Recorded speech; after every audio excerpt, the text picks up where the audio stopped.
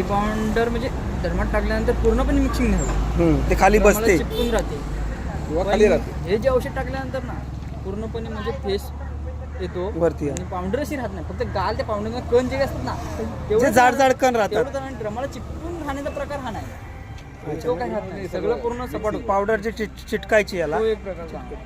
आणि जे केमिकल झोंबतं ना चेहऱ्याला वगैरे ते झोंबायचं थोडंफार कमी येतं. जे 100% झोंबतं ते 50% वर जे जास्त जळजळ व्हायची ते कमी होते. ते कमी होतं. त्याच्यासाठी वापरतो. म्हणजे मला थोडाफार रिझल्ट आहे. बाकीच्यांना मग सांगतो पण त्यांना परवडत नाही तर आपण काय बोलणार, जबरदस्ती नाही करू शकत. म्हणजे साफ होते एकदम क्लीन. मिक्सिंगचं काम आहे ना ते चांगल्या प्रकारे झाल्यामुळे समोरच्या ह्याच्यावर इफेक्ट चांगला पडतो, म्हणजे त्यामुळे खार राहत नाही, चिकटा वगैरे निघून जातो. निघून जातो.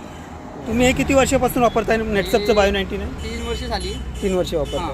अच्छा, या 3 वर्षामध्ये तुम्हाला काय रिझल्ट होतो? रिझल्ट म्हणजे मिक्सिंगचं जे काम आहे, केमिकलचं मिक्सिंगचं काम आहे ना ते चांगल्या प्रकारे केलं जातं. अच्छा. बाकी ते स्टेबिलिटी वगैरे आहे ना ते स्वतःच्या बागेवर ठीक आहे, पण दुसऱ्याच्या बागेवर ते कसं 1 वर्षाचा करार असतो. बरोबर. ते वसूल तर झाले पाहिजे दुसऱ्याच्या बागेत हे करून. ओके, चालेल. फक्त हे बायो-99 पण बायो-99 तुम्ही वापरताय त्याचा चांगला रिझल्ट तुम्हाला येतो. बरं, फवारणीमध्ये काय तुम्हाला जाणवतंय? जाणवतं म्हणजे जे हे आपले पानं वगैरे फवारणी केल्यानंतर पूर्ण हिरवगार बाग वाटते.